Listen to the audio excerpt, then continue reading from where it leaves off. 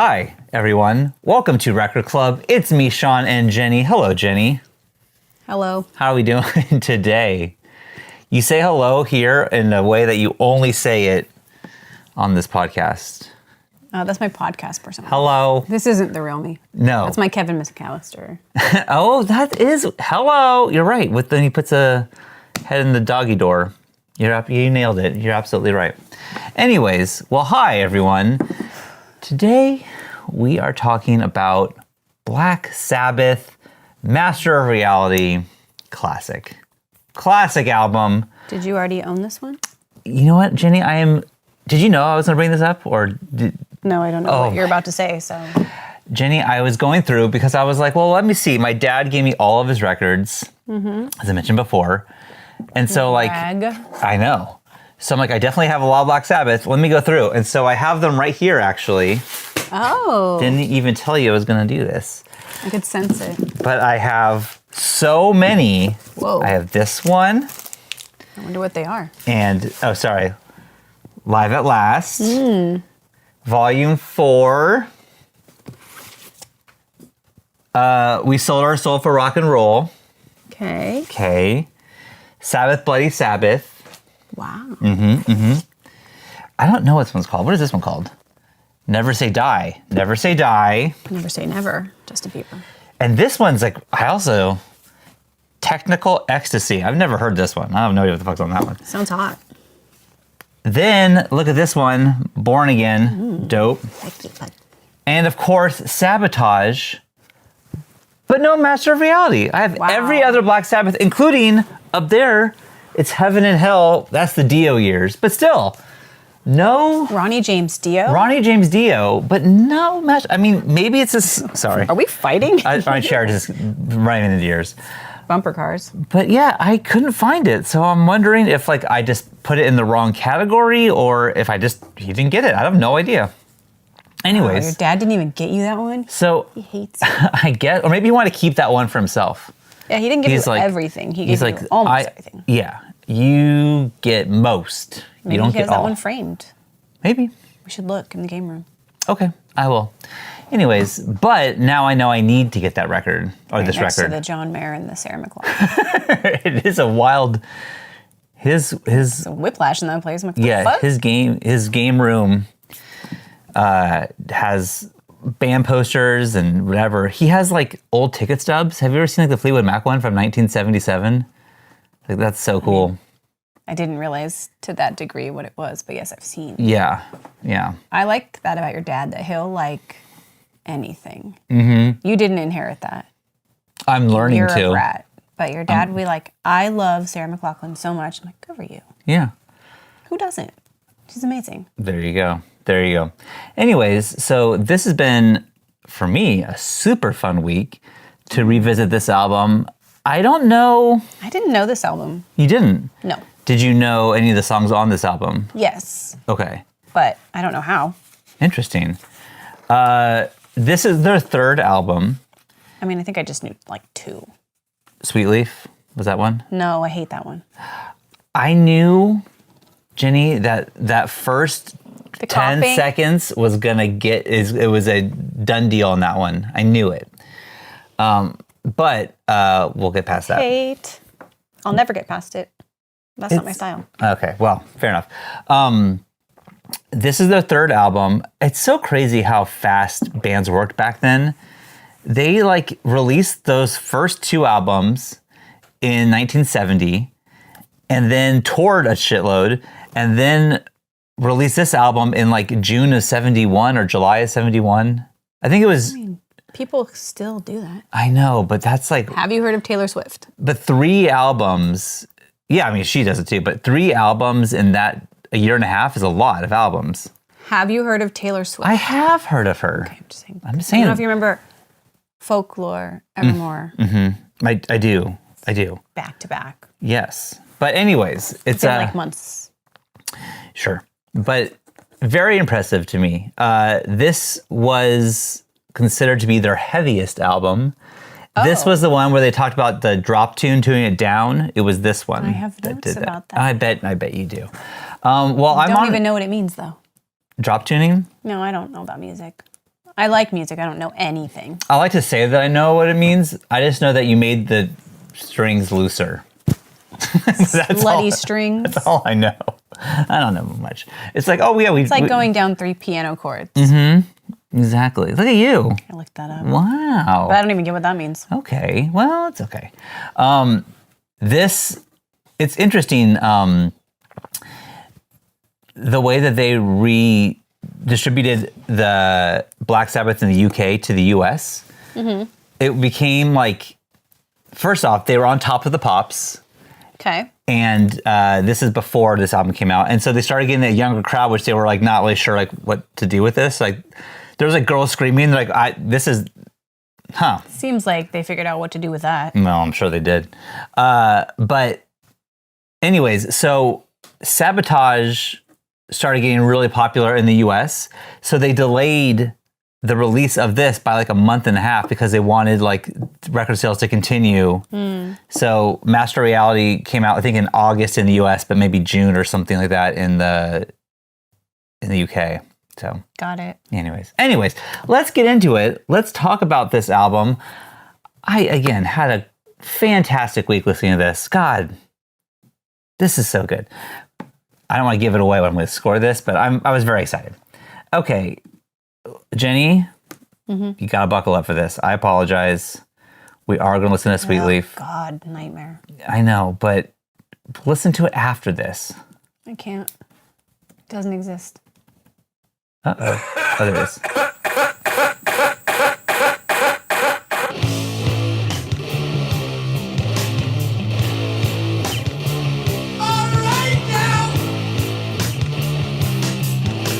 It's so good. I have no idea. Oh, come on.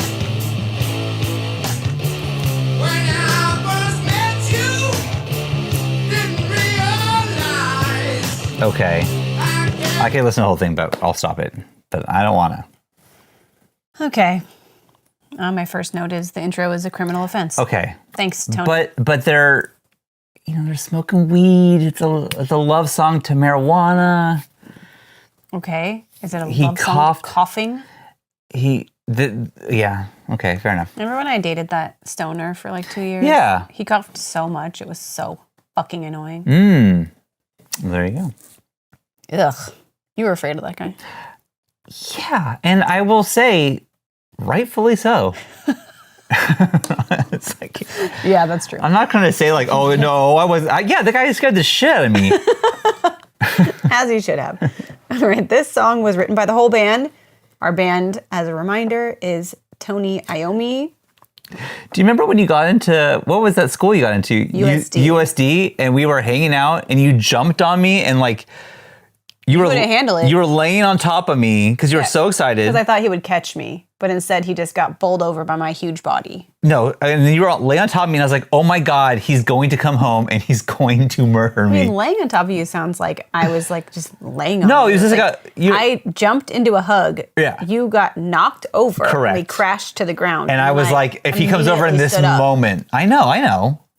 But I was like, oh my God. You're really painting a picture of a hoe bag over No, here. Like, it was an innocent thing, but God, if you would have seen. I just thought you were stronger. Did I look strong, especially back then? No. No, you didn't. No. That's on me. All right, go ahead. I was petite. I know. Other members of the band, Geezer Butler, Ozzy Osbourne, and Bill Ward. This song is about marijuana. Yes. As we know. My favorite. There are differing reports about what caused the cough. Some people say it was a bong hit. Some people say it was a joint. Well, we all agree it was weed induced. Sure. And I saw in the documentary that it wasn't during this song recording, it was just like different song, correct? No, and this demon from absolute hell, a producer named Roger Bain, was like, we should include the cough. Thanks for adding that, you fucking asshole. I know you hate coughing. I do. I like this cough. I You're really sick. I really like this. The only thing that kind of bothers me is the cough is so loud when the music kicks in, it's kind of quiet. It should have been, like, the music should have been the same level as the cough, in my mind. If I was mixing it, that's what I would have done. Okay, maybe send that note. Okay. They can rework it for the Sure. next release. changed it on Apple Music. Okay. Well, the band was high when they recorded this track. Yeah. And Tony did an interview, and he said, "We all played Sweet Loaf while stoned." It's like, okay. That's sick. Right to the point. And then Geezer did an interview with Guitar World in 2001, and he said, "I do remember writing Sweet Leaf in the studio. I had just come back from Dublin, and they had these cigarettes called Sweet Afton, which you could only get in Ireland. We were going, what could we write about? And I took out this cigarette packet, and as soon as you opened it, it says on the lid, it's the sweetest leaf that gives you the taste." And I was like, Sweet Leaf. Genius. Genius. There's a concert film called The Last Supper. I don't know if you've watched this. The Last Supper. It's about them. Oh, okay. And Bill Ward says about their marijuana use, "Did it enhance the music? We know we wrote Sweet Leaf." Well, there you go. Okay. No arguing that. They did.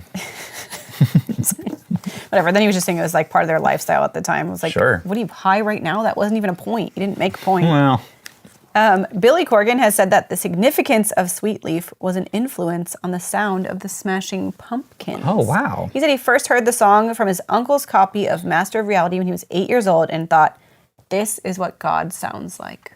Whoa. Coughing, I guess. Or maybe just that song itself. It's such a good song. God had tuberculosis. I don't know what goes through Billy's head. There is a Black Sabbath tribute band from Denmark, and they are called Sweet Leaf. Oh, that's fun.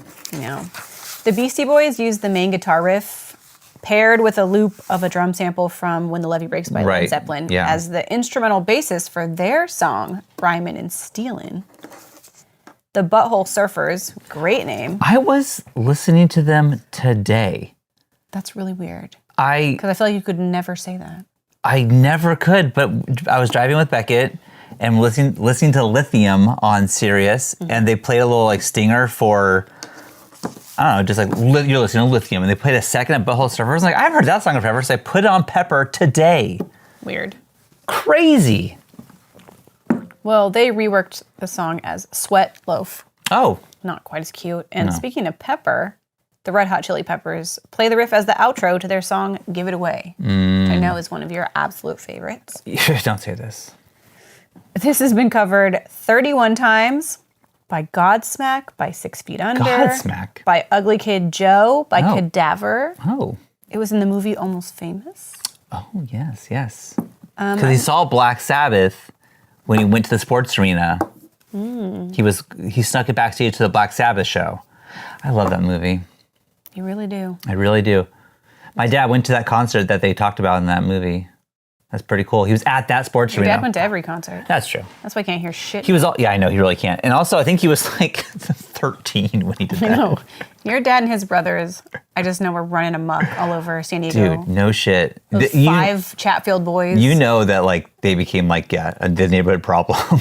Like the 5 boys. We know somebody and their mom grew up on the same street as your dad and his brothers. And once I was like, oh, wow, I found that out. I'm like, this person also has like 6 siblings all around the same age. So there's no way they don't know your family. And I brought up your dad and she was just like, no, I didn't know them. Like, you 100% knew them. You went to the same elementary, middle, and high school as them. And they're all surrounding you in age. I'm like, she must fucking hate your family. Oh, to man. be like, don't know them. Do you think... And we know this woman so well. Do you think that she like... her last name was like, I hope they're not related to that family. I do think. And then it was confirmed and she will never say anything about that. Because she is a very nice woman. She's so polite and kind. I just feel like... Did we ever ask my dad if they know her? Like your dad would know. That's true. He I was... can't remember a goddamn thing. Yeah, okay. Too much Sweet Leaf. Too much Sweet Leaf, so they say. All right. I'm assuming. I don't know one thing about your dad. I don't know. I've never had it confirmed or denied, but I've had it. I've certainly never had it denied. Okay. Let's go to the next song. Why is this not in order? Oh, geez. What in the fucking fuck? Why is it all... After Forever is next. God, what? What did you do? I don't know. That's wild. Well, you can look at my I will, notes thank for the you. order.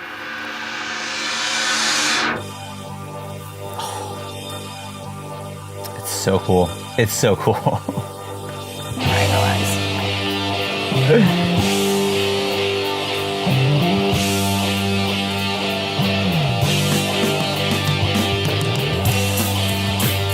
gonna skip ahead a little bit. Is God just a thought within your head, or is it part of you?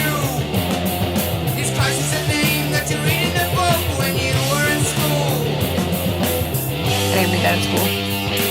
I went to public school. Fair enough. Fair enough. We didn't read about Christ in public school. No, thank God. No. Thank Christ. No. Oh, don't thank him. So it's written by Tony Iommi. He did the music, and Geezer Butler. He did the lyrics. Okay, so at the time, as I'm sure you were aware, the band was just seen as a bunch of devil worshippers and Satanists. Yes. Yes. But this song is about being open-minded and like considering the possibility that God exists. It's pro-Christianity. Yeah, which I think, like, especially Geezer Butler was like a practicing Catholic the whole time. He was raised Catholic. And he wrote the lyrics for this, and he did an interview with Bass Guitar magazine and said, a lot of it was because of the situation in Northern Ireland at the time. There were a lot of religious troubles between the Protestants and the Catholics.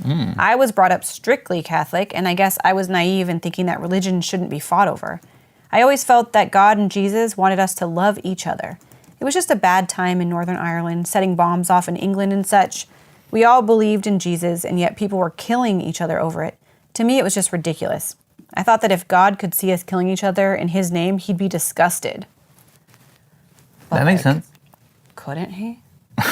Yeah. I mean, wouldn't he be seeing it? Yeah. I guess that's a good point. Yeah, he would.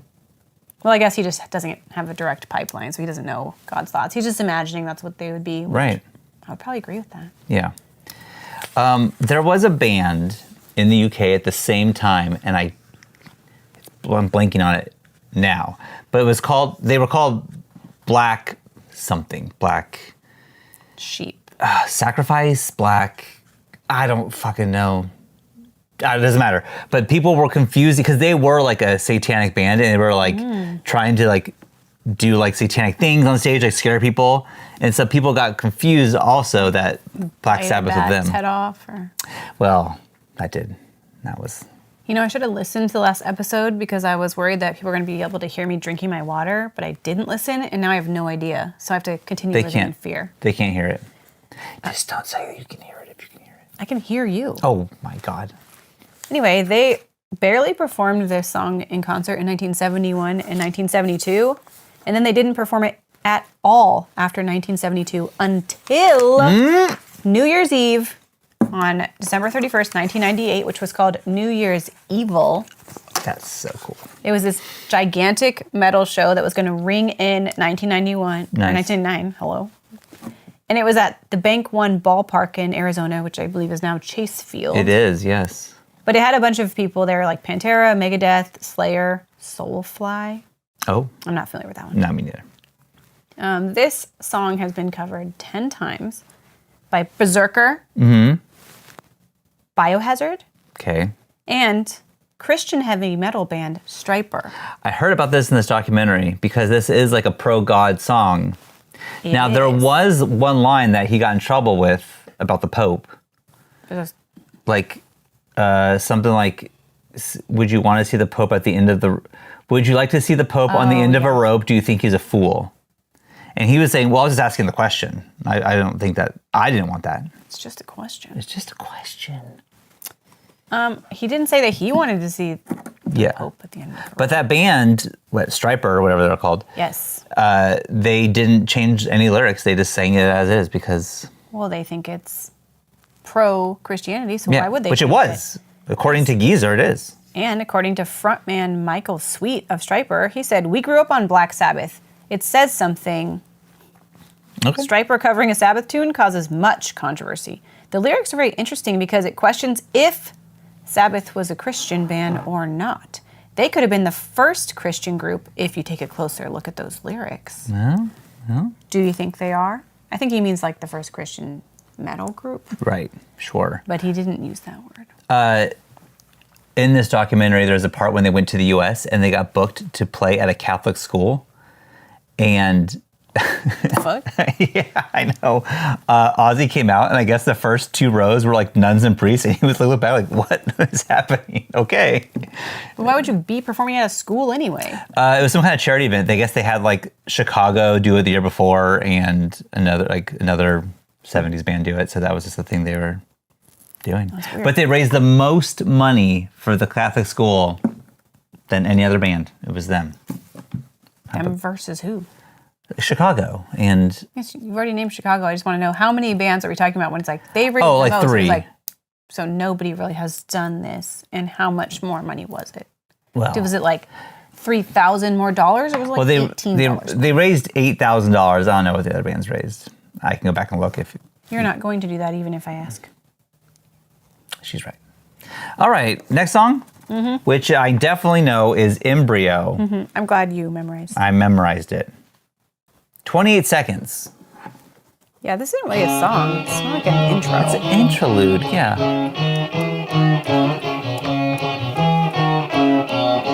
I feel like you hear this at a Ren Fair.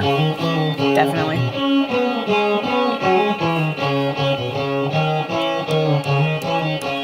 Okay. I could have played the whole thing, but you know. Tony wrote this one on his own. It's just an instrumental. It's only 28 seconds long. And he told Guitar World, this is the calm before the storm. And at live shows, they just use it as the intro to Children of the Grave. That makes sense, because you would know it's coming next. Yeah. All right. Do you have a favorite song on this? Yes. Okay. This one. I was just checking. All right. Here we go. It's this one. Oh. Jennie. Me too. You're just waiting for me to say one so you could agree. Well, it was almost. I have it written down. Fair enough. Proof that it's my fave. Okay. I've always loved Children of the Grave, but that's fine. I also love Children of the Sea, which is a Dio Black Sabbath song. Here we Did go. you like Children of the Corn? I did. Ugh. Wish you had the cornfield right now.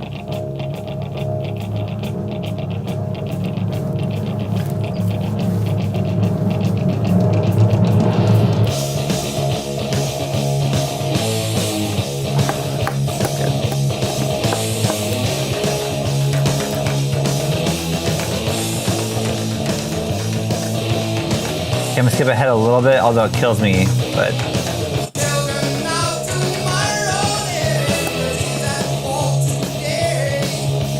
Will the sunrise of tomorrow bring peace in any way? okay. Okay.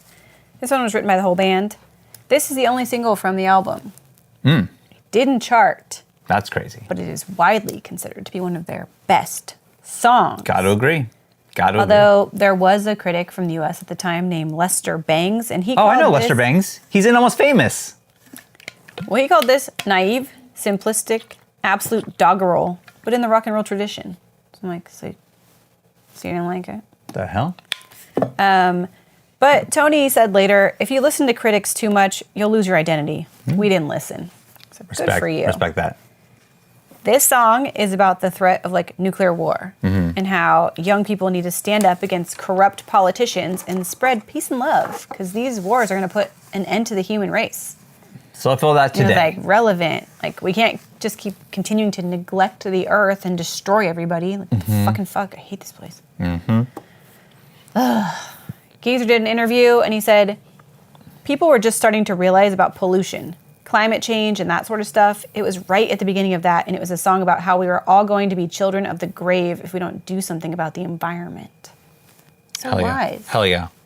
It's like, what an environmentalist. I know.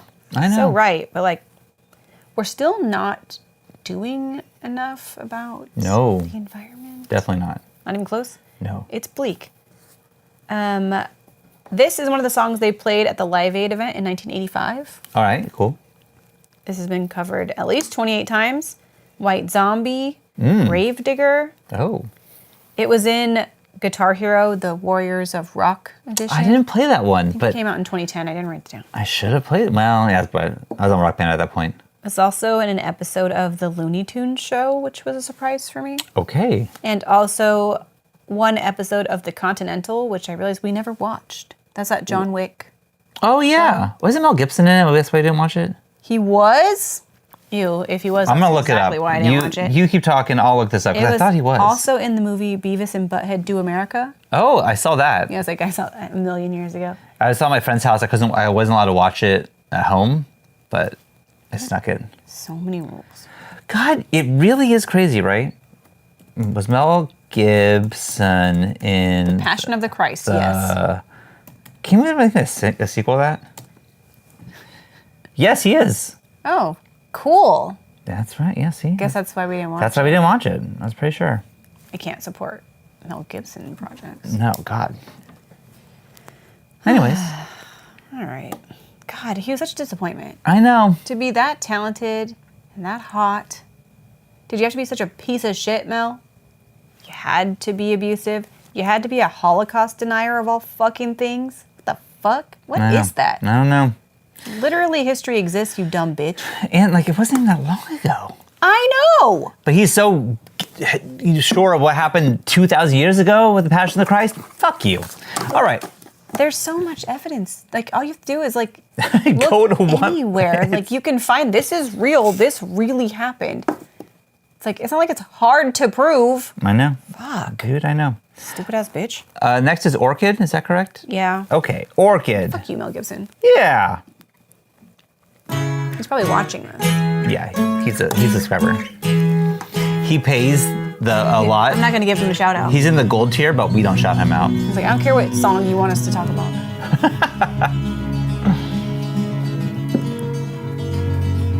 It's so pretty. I know, I love this. Tony Iommi is so good. He's alright. So good. He is, he's so good. Okay. This one, written just by Tony again, another instrumental. He said, I never played acoustic that much at all, really. I don't even remember where we did that track, to be honest. I think the idea on the album was to have a little bit of light and shade and relax it from the heavier stuff. Yeah. So cute. That's really nice. This one's been covered 3 times, most importantly by Black Sabbath. Oh. I love that name. I would go see that. I saw that Warner Brothers released their stuff in the US, and they had a thing where you had to have like 10 songs per album. Mm-hmm. So when stuff like this came out, when they first came out, they had what they called ghost songs. So they would just like have another name after another song and just say like, oh, that's 2 songs, even though it's just one, just to get away around that. Don't know why I thought that just now, but I forgot to mention that earlier. Fun fact. Fun facts. All right, next is Lord of this World. Here we go. Spoiler, it's Satan. What?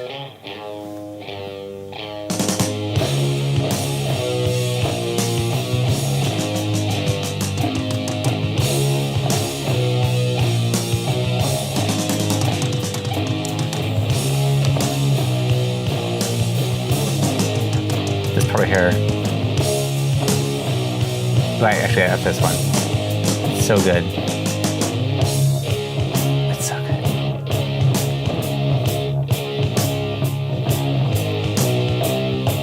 You're searching for your mind, don't know where to start. Can't find the key to fit the lock on your heart. You think you know, but Okay. you want. Sorry. We're on file now. I can stop checking my phone. Oh, hey-oh. She's working while she's doing this. Working late tonight. but Yes, she is. Someone else was handling the filing for me, so I could be here with all of you. That's so nice. Shout out Norma. Thank you. Thanks, Norms. Okay, this song was written by the whole band. Again, I like that they all write together. It's so cute. Mm-hmm. Also, I love Ozzy's voice. Yeah. It's like you always know when it's Ozzy. Oh, for sure. Actually, There's one song later you where I was like, don't. Who's singing? Is this him? This is him, right? But besides that, I feel like the second you hear him, you're like, oh, my friend, Yeah. Ozzy's here. You know what? See, it's interesting because obviously Dio replaced Ozzy, and he has the same thing where it's not the same voice at all, No. but so distinctive that you instantly know it's Dio. Like, there's no question. I can never tell the difference between the two. Stop it. I just wanted to see how you reacted to that. You gave me nothing. All right, this song is about living in a world where people are choosing to be evil and selfish instead of choosing to like love, be generous, whatever. So greed is taking over, and our choices have made Satan the master of our world. But what will happen when we die? I was like, this is just real. Everybody's a piece of shit. Yeah. Geezer said in an interview, that was our one and only Satan song. It's about old Nick. I was like, Santa? Santa? Do I not know what Is Satan is? Or is that just a joke? Or do some people call Satan old Nick? I didn't look into that. I was like, is this like a thing that old people do when I don't get the joke? And then Ozzy said, it's actually called Awkward. It's a song about Bill. Guys are so annoying. That was funny. Okay, so on this song and on Children of the Grave and in Into the Void, that is when Tony down-tuned his guitar 1.5 steps because he was trying to reduce the string tension because it was hard for him to play. It was painful because, as you've mentioned, I think on the last podcast, right. he had severed 2 of his fingers in a factory accident a couple of years before. So then Geezer would also down-tune his bass to match Tony. And in an interview in 1994, Geezer said, then it got to the point where we were tuned even lower to make it easier vocal-wise, but Ozzy would then just sing higher, so it sort of defeated the object. I'm like, we're trying to help you, you fucking idiot. That's awesome. Okay, now it's time for the next song, which is Solitude, which was the one that's like, is Ozzy singing This is my second favorite. It's good. It's kind of long. It is long. But it's really nice. And I'm going to go to the... Per day.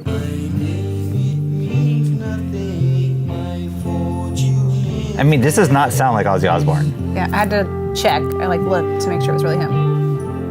I love the flute, which I'm sure you have a note about, so I won't say a word. But this is a really nice song. It's pretty. And you know what? I also like that it doesn't kick in. It is. This is what it is. It is what it is. It's nice. Yeah. Written by the whole band again. My note is that Tony played the flute, piano, and acoustic guitar, and next to flute, I said that's that Jethro Tull experience coming out of him. Yeah, because he'd been with Jethro Tull. That's what he said in an interview. He said, I'm not great at the flute, but I wanted to, try new things, and so. He loves jazz flute. Bill played the sleigh bells on this. Oh. If you're catching I this. feel like I could play the sleigh bells.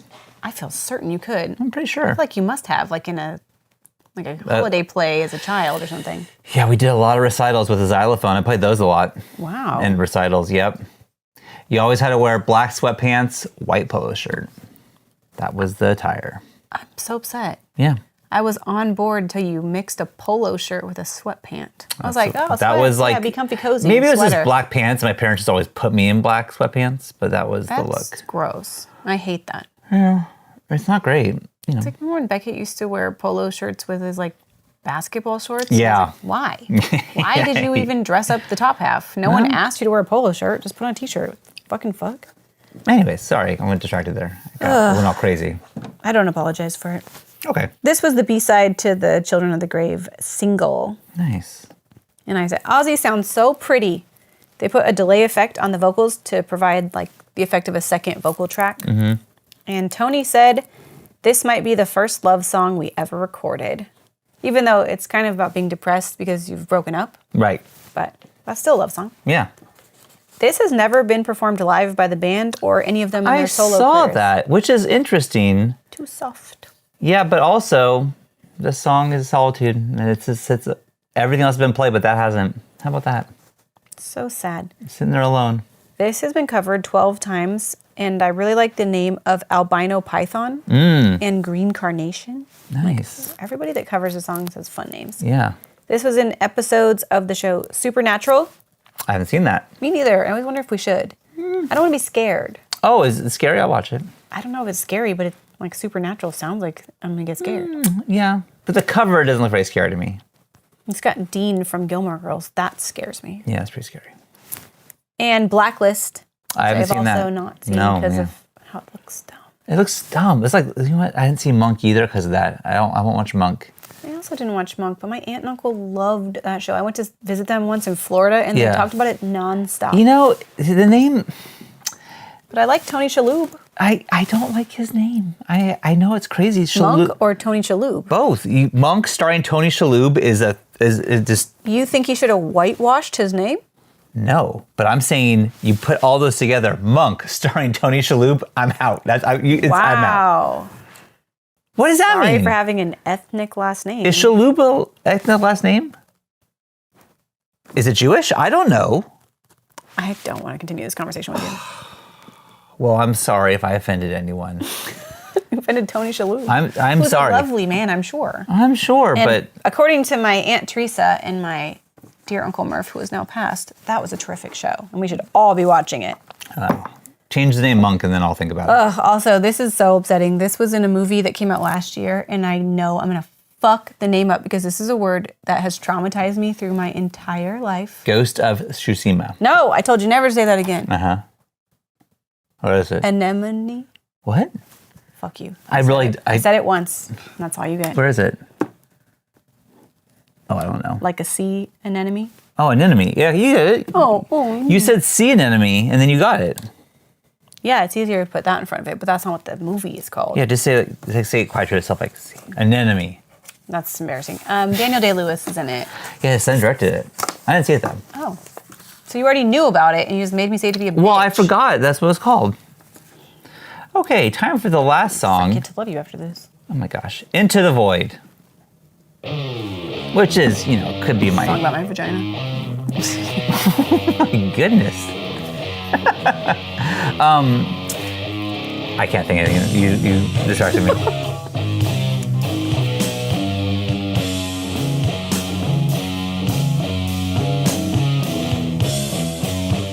It's like so heavy. It's awesome. My vagina or the song? What are you doing to me? Maybe it's the lyrics? Or? Okay. Rocket engine burning fuel so fast. On me to the night sky, they last. Through the universe, the engine whine. Holding to the end of man and time. Okay. Written by the whole band. Nice. Tony said this is one of his favorite Black Sabbath songs. Gotta agree. And so does James Hetfield of Metallica. He said Nice. this is his absolute favorite Black Sabbath song. Hell yeah. And Eddie Van Halen has said the main riff is one of his all-time favorites. It's so good. It's so good. This is another highly relatable song. It is about the Earth becoming so terrible that a group of astronauts fly off into space to try to find a new planet to live on. That just happened. They weren't trying to find a new planet to live on. Sure, but they flew off to the moon. They did. That was exciting. Shouts out. That was fun. Artemis 2. Yeah. That actually was really exciting. Yeah, and they landed in San Diego. I know. So fun. How about that? And they did everything perfectly. Mm-hmm. Because of all the women involved. I heard the bathroom got frozen, though. That broke for a little bit. Well, probably a man designed that. I don't know. Probably. Even though Tony said that he loves this song and it's one of his favorites, he did also say, during Master of Reality, we started getting more experimental and began taking too much time to record. Ultimately, I think it really confused us. Sometimes I'd really like to go back to the way we recorded the first two albums. Right. I've always preferred just going into the studio and playing without spending a lot of time rehearsing or getting sounds. We tried recording Into the Void in a couple of different studios because Bill just couldn't get it right. Whenever that happened, he would start believing that he wasn't capable of playing the song, and he'd say, "To hell with it, I'm not doing this." There was one track like that on every album, and Into the Void was the most difficult one on Master of Reality. Interesting. I do know that, because they became big, they were recording, it was like a 8-track thing on the first two albums. This one's a 16-track, so there's way more options for them, and I think they were a little overwhelmed by that. Yeah, a lot going on. Yeah. Plus, they were super high, so That doesn't help. Gotten confused. It doesn't help. Although they switched, they stopped doing marijuana at this one. I can't remember what they switched to for the next one. I think it was Coke. But Yeah, I've heard people talk about how they see Black Sabbath as trilogies, where the first 3 are one sound and then the second 3, and then that's interesting. yeah. They're just following the rule of thirds. Yes. Okay, Soundgarden covered this song, I think, in 1992, but they replaced these lyrics with the words of a protest from a speech given by this Native American chief whose name was Seattle. And this is who they named Seattle, Washington after. I heard that. They called him Chief Seattle, and I was blown away by this information. Yeah, it's like the spelling of it looks like it's Sealth, but It then does, when yeah. I looked it up, it says Seal is how you say it. So the version that Soundgarden put out, they called the song "Into the Void" parentheses Seal. What was that sound? The PS4 controller's dying. Oh, okay. Yeah. But they credited Chief Seal as a songwriter, along with members of Black Sabbath. Nice. And their version was nominated for a Grammy for Best Metal Performance, but they did lose to Wish by 9 Inch Nails. Oh, dude, did you see what Nine Inch Nails did at Coachella? No. Oh my God. They came out, they went like to the DJ tent and said they were 9 Inch Noise because there is a person that composes music with them, Boys Noise, and they opened for them when I saw 9 Inch Nails. Okay. And they, at one point, Boys Noise came on the stage and they did like the Tron song with them because he did that. But 9 Inch Noise was Trent Reznor, Atticus Ross, Boys Noise, and then Trent Reznor's wife, whose name is escaping me, I apologize. But she's a singer of a band as well, and it was incredible. It was so good. Like people, We'll have to check it out later. you should. It was crazy. Kept this secret all week. Oh my God, it was wild. He didn't want me to know. Sorry about that. Anyways, I got distracted, but it's so good.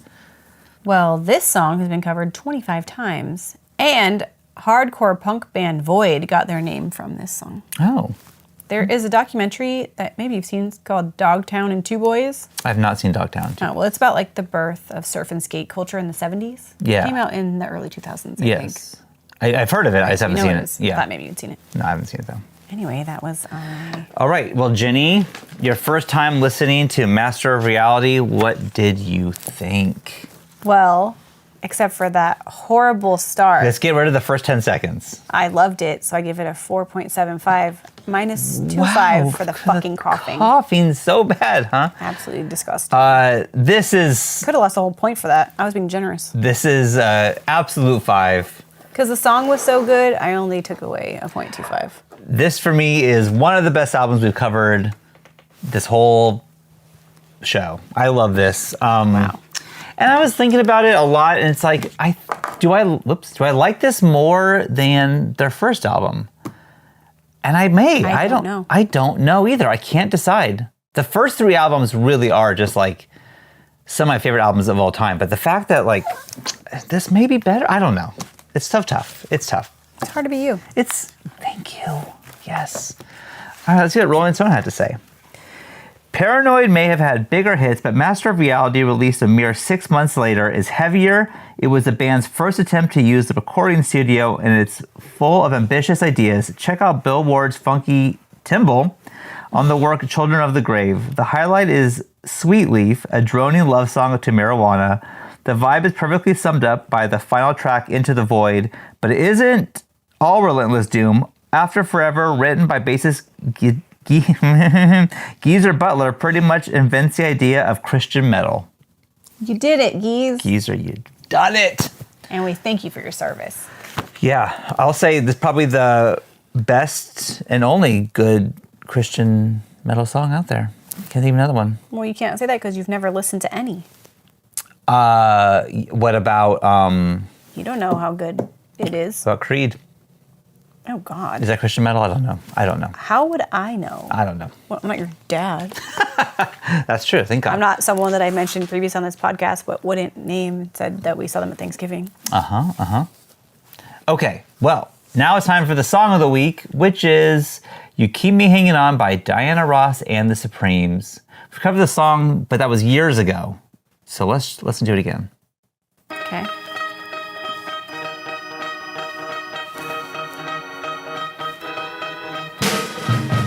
Set me free, why don't you, baby?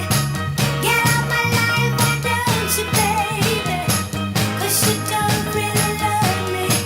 You just keep me hanging on. You don't really need This is a banger. This is a banger. So good. The Supremes is a band that we listened to. I listened to for the first time when we covered it. You had obviously heard it before, but they have stuck with me. Like, so good. Supremes are amazing. Because Motown is amazing. Motown is amazing. So good. I love it. This was written by Lamont Dozier, Brian Holland, and Eddie Holland. Those three wrote so many hit songs. They wrote tons for the Supremes, for the Four Tops, for like everybody. They're unbelievable talents. This song got to number 1 on the Billboard Hot 100, number 1 on Billboard Hot R&B, number 8 on UK singles, and this was their 8th number 1 single. So Wow. that's kind of a lot It on really Billboard is. Hot 100. This was ranked number 348 in Rolling Stone's 2004 rankings of the 500 greatest songs of all time, stayed there for 2010, and then moved way up in the 2021 re-rankings to 234. It was inducted into the Grammy Hall of Fame in 1999. Original title of the song? Payback. Oh, Because the song is about this woman who knows that her boyfriend doesn't love her, but he's not man enough to break up with her. So she's like, please set me free. And I want to be like, girl, dump him. yeah, get out of here. It's like, get out of my life, why don't you, babe? Yeah. But I guess she doesn't want to move on either, but she knows he does. So she's just saying like, can you please just be kind Oh, I and see. just cut me loose. Right. Lamont Dozier said in a 1976 interview with Blues and Soul magazine, I've often broken up with a girlfriend for a week just to be able to get that real feeling of hurt so that I can write what I write from experience. Okay. That's crazy. I should add that I always make sure we patch up again after the week's over. What? Like, so you're dumping your girlfriends just so that you can like feel pain and write good songs? Babe, it's for the process. I would slap the shit out of this man. I'm only great if you're upset. Sorry. Wild. A year after the Supremes version came out, Vanilla Fudge covered the song, and they got to number 6 on Billboard Hot 100. Vanilla Fudge. Their version was also in the series finale of The Sopranos. Oh, damn. Their version was I just remember Don't Stop by Journey. Oh, yeah. It was also in episodes of Mad Men and That Damn Michael Che. Their version also made it to a video game, Which one? Mafia 3. Do you know what that is? I mean, I've heard of it. I haven't played it. It was also in the movie War Dogs. I've heard of that too. Who's in that? Miles Teller, Okay. who, if we recall, hung out with Kevin Costner at the Super Bowl last year. Good job. I was getting nervous. It was at the last page. Like, just got I could have squeaked it in a couple other times, but I was like, I don't want to reach. And then I was like, I'm at the end. I guess I'll reach. Even though I really could have done.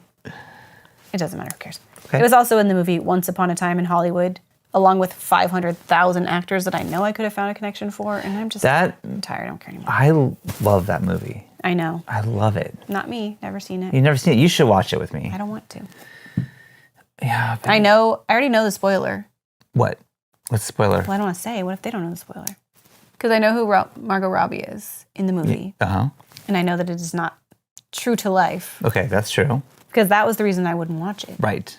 Because that makes me upset. Obviously. But it still makes me upset because I already know what happened. Anyway, Wilson Pickett covered this song in 1969 and got to number 92 on the Billboard Hot 100 and number 16 on the Billboard Hot R&B charts. Okay. Kim Wilde released a version in 1986, and she got to number 1 on the Billboard Hot 100, number 6 on Billboard Dance Club Songs, and number 2 in the UK singles. She said she heard that Diana Ross was not too impressed with her Oh. version, That's but our. the writers were. So she was Oh. super excited because they liked her version, so she was okay with Diana not loving it, even though I'm sure she was devastated. Yeah, that probably sucks. You don't want that. Reba McEntire put out a version in 1995, and it was not released to country radio because it wasn't a country version of the song. It was just a cover. And it became her first and only dance hit. She got to number 2 on the Billboard Hot Dance Club Songs charts. How about that? I know. This song's been covered over 80 times. Everyone's done it. Aretha's done it. Phil Collins, strangely enough. Rod Stewart, worse. Tom Jones, it's getting more horrible. The Chipmunks and the Chipettes. Wait, this is getting worse and worse. I was like, we don't have to cover everything. Not every song needs a cover. Yeah. Agree. John Mayer probably fucking did it. Oh my God, don't I get heard- me started. I was listening to Danielle Fishel. Remember Topanga from Boy Meets World? I do. She was on a podcast I listened to this week, and she's really good friends with John Mayer. I think it was in her wedding. And Oh no. sang a Beyonce song Oh, for her first dance. I no. was like, I can't imagine anything worse. But I'm also pretty sure that she married that guy that did the shrimp tails thing in the like Cinnamon Toast Crunch or whatever that was. Oh really? Remember that? Yeah. That was like it was like a stunt, wasn't it? Yeah. Yeah. I think that's who she married. Oh okay. So sorry if that's not you. It's okay. Shrimp tails slander. Yeah. Who would ever want to be that man? Not me. Okay. Now it is time for the fan song of the week. And last time we told you it's from Inspector Ryan. We told you the pick. I have a side note about Inspector Ryan. We can do it after if you want. Well, no, do it now. Okay, this is so cute and nice. Lennon has this popcorn fundraiser for her dance team, but it's the best fundraiser because when she gets money, it goes straight to like her account, so it helps us pay for nationals, which is expensive. And Ryan is so cute. He bought popcorn from her link, Ryan, so that's he so donated nice. to us again. Besides on this podcast, Oh my God, that's so nice. Ryan. That was such a nice What a thing to do. sweetheart. Thank you so much for that. That Thanks, was so Ryan. cute. Very, Lenny very was nice. really excited, and she does not know who you are. But then we explained. Well, I did. You weren't even here. I wasn't there, but that's awesome. That's awesome. First, she thought it was Doc Ryan. Oh, She was like, I think Doc Ryan's generous. He would do it. he would. I know. I was just kidding. But she was like, the guy in the pajamas? I'm like, no, not him. That's funny. I will say that next week in a few days is your birthday. That's pretty Yes. exciting. This next album is gonna be your birthday album. I just realized this. Hope it's a good one. Oh, no. It's going to be John Mayer for sure. My It's definitely karma's John going to Mayer. catch up with me. Okay, well, Inspector Ryan said, my pick is Find Love by Future Islands. I'm interested in hearing your opinion on this new Future Islands song. It's been stuck in my head the last few days. Do you know this song before? No. I've now, never heard this before. I have an almost cool Future Islands story, Okay, well, but keep in mind, it's almost cool. It's not quite. like everything you do. Yeah, that's kind of my MO. But I'll tell you now. Why not? Okay. Did not play the song. We'll never hear this song. Let's go back to July 11th, 2023. And Fuck, do you know that date? I looked up to make sure I wasn't going to, You got your free Slurpee? I always wanted to make sure that I wasn't going to tell a story that was not correct, but I fact checked it. It's correct. Mega 64, we did our farewell tour in Pittsburgh that night. And then our tour manager, Jay, was like, hey, my friend, he's here with his band and he wants to hang out with us. And it's like, oh, cool, what is it? And he's like, oh, yeah, he's in a band called Future Islands. I'm like, I've heard that band. Oh my And he's gosh. like, yeah, and they are opening up for Weezer tonight. So they said, like, hang out with like Future Islands and Weezer. Never heard of Weezer. You should all come hang out. And it's like, damn, hell yeah, let's do it. That's so nice. I know. And then we ended up having to we stayed late at the venue because we were packing up, whatever. And then Jay was like, we have to drive like 4 hours to get to the next our hotel. Like, I think we should just not go to the after party and just like go. Wow. So we were like, Could have hung out with Rivers. I was so close. Anyways, so I almost hung out at Future Islands and Weezer, but I didn't. So I was really excited. Anyways, let's listen to the song Find Love by Future Islands. I'll tell you, before I hit play, when the person started singing, I was surprised. Me too. All right. I did not expect this.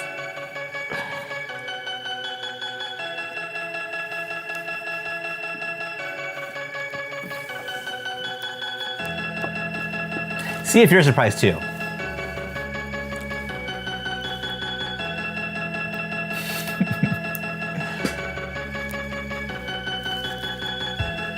I was alone when I found out nothing's what it seems. In there more than arrogance and dreams. I was alone again at the start of another spring. Here, with all the petals turning red, my heart was turning green. And so I walked around the lake, and there sitting in the sea, a young lady who called my name. She opened up to me, and fair hair, the light of there, found wisdom in her eyes. Two pecans were so stared throughout the white light. She said, open your heart. She said, open your heart. She said, open your heart to me. She said, open your heart. I'm gonna skip ahead just a little bit.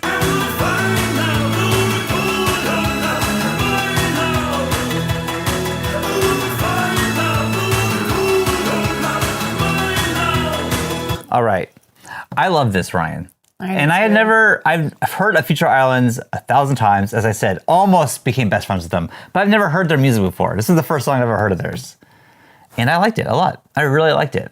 I did too. The first time I heard it, I was like just bopping around to the music. I'm like, oh, I'm having But such I a good will time. say the first time, the first line, You go ahead. I'm sorry. I'm so sorry. Go ahead. No, that was definitely the end of my story. Oh my When I God. first started listening, I was having so much fun. Bopping end of around. sentence. Okay, sorry about that. Go ahead. No, please. Okay, well, I was just going to say that when they first started singing, I'm like, do they sing all the songs like this? Like, does it? Do they? I don't know. I mean, I listened to a couple other songs, but they didn't sound Oh, like. so then you do know. Well, not every. Okay, sure, not every song. Yeah, I do know, but I really enjoyed it. I really liked it, Ryan. Thank you. I did too. I did laugh when the voice started. I was like, what in the fuck? And then I was imagining, like, I was like, this could be like in an indie movie, or it could be like, what is that movie when Jason Segel's like with the Muppets? The Muppets, Is that what it the could Muppet movie. Okay. I feel like it could have been in that. Mm-hmm. Like, that could be a song like he wrote to sing with the Muppets. Oh, sure. Because it was I like can see that. fun, and they're being like silly with the voices, but like talented. Silly. I added this album to my, because it's not out yet. There's only 2 songs out, but I added it to my when it comes out, let me know, and then I'll listen to it. So I'll listen to it when it comes out. What song are we gonna listen to for next week from the fan? Okay, so I just go in order of who responds first, and then second, and that's how it kind of Okay, goes. so it's not by who you like there's the no most? favoritism. I just want everyone to know that. The next one is from Ellipsoids, Okay. and I will say I'll read the whole thing in. Wait a minute, where? Okay, here we go. Oh, I can't pronounce that. Oh no. Oh. Oh geez. Okay, so Ellipsoids picked Mata Zylek, Mata, next word, Zylek, by, the name is gonna get me here. Can you, Oh shit. Angine, Onzine de Poitrine. Azine de Poitrine. He gave us a pronunciation. I know, but So kind. that is very Although I kind. do not speak French. Angine space DE space POITRINE. Okay, so listen to that. I gotta get Mata that. Zylek by Duolingo. I know. You So, took yeah. French though. You should be able to say that. I barely passed that class. That was a pity grade, but it worked out for me. Not like the others that you just aced. I earned those. Jennie, it's your pick. So for your birthday, don't no. mess it up. I could really fuck myself over. Don't do that. Come on. 94. 94. This is gonna be a good one. I got a feeling. Definitely Black gonna be Eyed John Peas. Mayer.